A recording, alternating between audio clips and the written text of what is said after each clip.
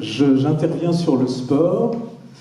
Je voudrais d'abord répondre peut-être à une question que vous vous posez. À quel titre ce monsieur intervient-il sur le sport?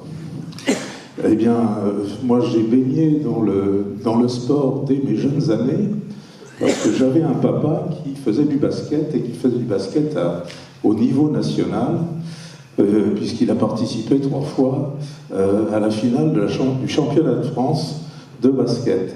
Donc le basket, moi j'en ai entendu parler, vraiment, j'avais quelques années.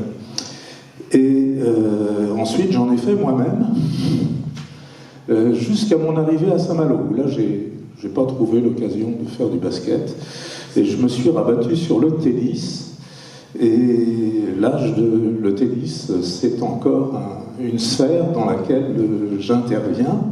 J'ai été 17 ans présidente de la section tennis du Cercle Jules Ferry, et je suis toujours au comité départemental de tennis. Petite parenthèse amusante, avec un président du comité départemental de tennis qui figure sur une liste opposée. Voilà, j'étais encore ce matin, je l'ai écrit à Christine, j'étais ce matin à juge arbitrer une finale de petits garçons de 8-10 ans à Marville, dans les installations. On a au niveau tennis les installations les plus vastes de Bretagne. En termes de cours couverts en particulier, il y a 9 cours couverts, on ne trouve pas mieux en Bretagne. Bien, donc je ne vais pas vous raconter ma vie quand même, je ne suis pas là pour ça. Je vais quand même aborder le problème de l'état du sport à Saint-Malo, avant de vous décliner les quelques propositions que nous avons à faire sur ce point. J'ai pris contact avec ce qui était l'OCEP il y a encore quelques mois, qui est maintenant l'OCEN, l'Office du sport et des sports nautiques. Et j'ai appris, je ne savais pas exactement, donc j'ai appris qu'il y avait quand même 70 clubs affiliés à cet organisme. Cet organisme, c'est un organisme qui fait l'interface entre les différents clubs malouins et la municipalité. Et encore, tous les clubs ne sont pas affiliés, donc il faut compter plus de 70 clubs à Saint-Malo. Combien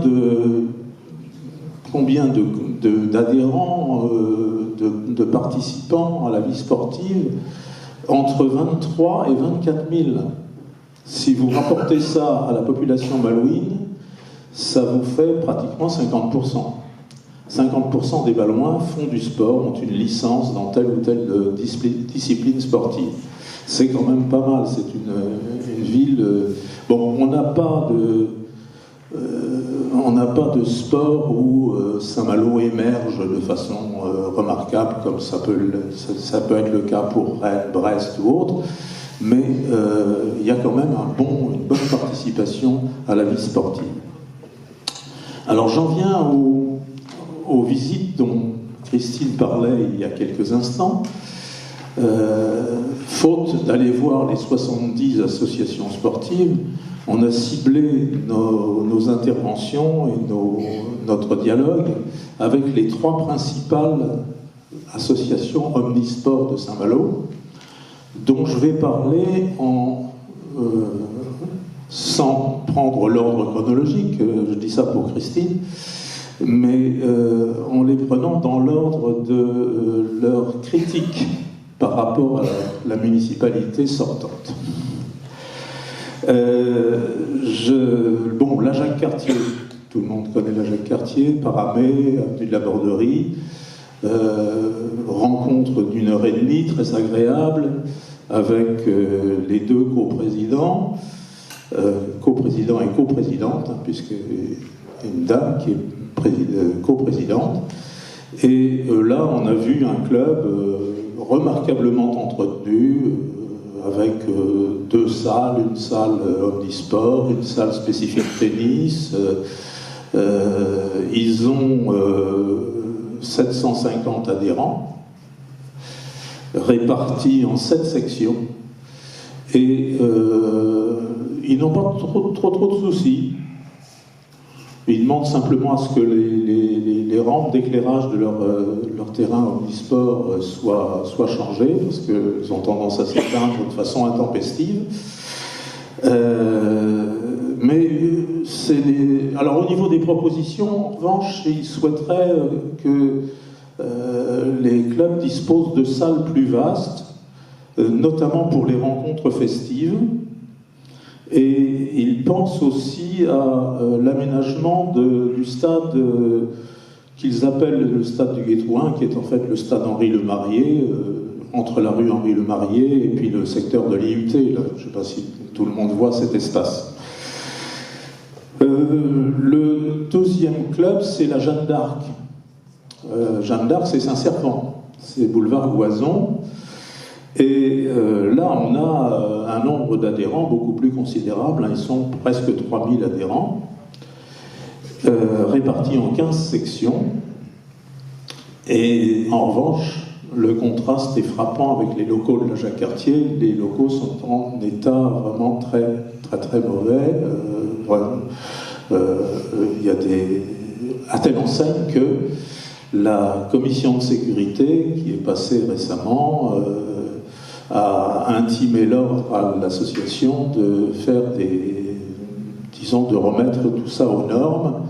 Et la remise aux normes de tous ces bâtiments, ce sont des sommes considérables.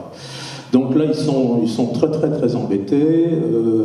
Ils pensent, il y a plusieurs solutions. Ils pensent à se délocaliser, mais c'est pas facile, dans la mesure où à Lorette, ils auraient bien aimé s'implanter à Lorette, et le projet Lorette est bouclé, et il n'y a pas de place pour eux, donc ils pensent au site du Nez, d'autant que l'association diocésaine qui est propriétaire et du sol et des bâtiments souhaiterait vendre. Donc tout ça les met dans une situation d'incertitude. Christine leur a dit gentiment que si nous étions aux affaires, elle se pencherait sur leur sort, mais les solutions, je ne les vois pas immédiatement. Alors, eux, ils ont ce problème-là, et ils sont vraiment focalisés là-dessus. Et la troisième association, c'est celle où j'ai toujours une licence de tennis au Cercle Jules Ferry. Alors c'est sur Paramé, c'est rue Henri-Lemarié. Beaucoup de critiques pour la municipalité sortante. Le Cercle Jules Ferry utilise principalement des salles municipales. Et les 2 dirigeants que nous avons rencontrés soulignent le manque d'entretien, des vestiaires qui sont plus que douteux, etc. Ils sont également, ils soulignent que certes, la municipalité aide les salariés, les entraîneurs, les moniteurs, à hauteur de 60% du salaire pour le salarié principal d'une section et 30% pour les salariés ensuite. Mais en revanche, les salles municipales et les terrains sont payants. Il y a une location.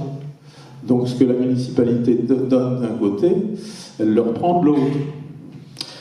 Donc là, bon.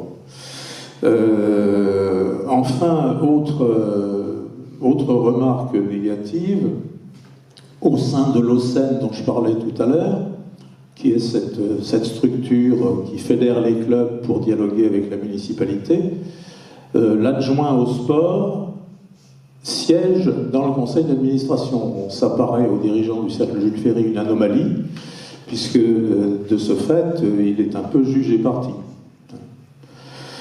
Des propositions de la part du CJF. Leur responsable de la gymnastique souhaite une vraie salle de gymnastique. Pour l'instant, elle utilise une salle annexe de la salle du Gué-Trouin qui n'est pas adaptée, qui n'est pas assez vaste. Il souhaite également, à l'instar de la Jacques-Cartier, il souhaite la création d'un grand pôle sportif sur le site Henri Lemarié, avec notamment la construction d'une salle. Christine leur a dit qu'on envisageait au niveau de l'agglo la création d'une grande salle de sport avec une capacité de spectateurs beaucoup plus forte que celle que nous avons à Rocabet ou au Nez. Et puis alors, une chose que je n'avais pas imaginée, mais il demande aussi un rééquilibrage du budget sport par rapport au budget culture. Ça ne va pas plaire à Christine Kervénic, mais ils ont calculé que le budget du sport était à 8%, tandis que la culture est à plus de 25%. Donc ils voudraient qu'il y ait un rééquilibrage. J'en viens à ce que nous proposons, parce qu'en fait vous êtes là pour écouter ce qu'on a à proposer. La première proposition, c'est de réunir des états généraux du sport. Au Cercle Jules Ferry, ils ont également la même... et d'essayer de bâtir avec eux un plan pluriannuel, notamment au niveau de la réfection des installations, mais également de la création d'installations nouvelles. Donc ça, c'est un premier point.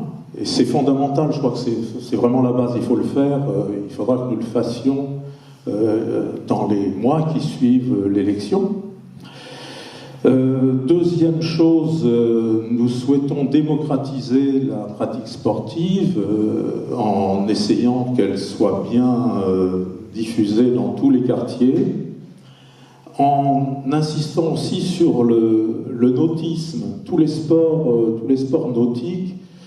Les sports nautiques, pour l'instant concentrés surtout sur Surf School près des Terres, il faudrait que ça soit un peu plus diversifié et d'autre part qu'il y ait une aide véritable, parce que c'est cher, hein, les sports nautiques, il faut acheter les planches, les voiles, etc. Donc, démocratisation. Sensibiliser aussi, troisième point, les jeunes à la pratique sportive. Et nous pensons qu'il faut développer le partenariat entre les clubs et les associations sportives.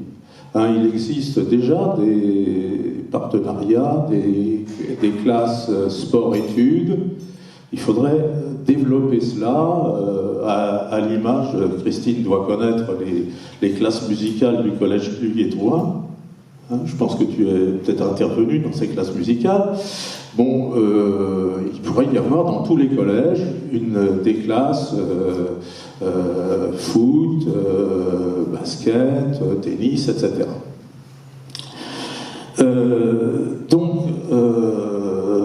Quatrième point, apporter une aide au club. Alors une aide qui ne soit pas une aide où on donne d'un côté et où on reprend de l'autre, mais une aide qui tienne compte aussi du fait que les clubs tiennent compte de la situation sociale des participants. C'est-à-dire que la mairie fasse en sorte que les tarifs de pratique des sports ne soient pas identiques pour tous, mais soient moins chers pour les gens qui ont le moins de moyens. Hein. Enfin, pour terminer par une note un peu festive, on pense aussi organiser dans les quartiers des moments festifs sur la base du sport, en mêlant un peu les générations, les classes sociales, etc. Ça, ce sera une étude à faire, parce que pour l'instant, rien n'est fait dans ce domaine. Voilà, donc, pour terminer, je voudrais prendre une image, puisqu'on est en match de rugby, je ne sais pas si vous le savez, là actuellement, ça ne se passe pas très bien d'ailleurs pour l'équipe de France, hein, qui à 10 minutes de la fin ou 20 minutes de la fin était menée 21-7. Donc, je voudrais dire, bon ben, dimanche on marque l'essai, et le dimanche suivant, on le transforme. J'espère qu'on a dans l'équipe de bons botteurs pour faire passer le ballon entre les poteaux.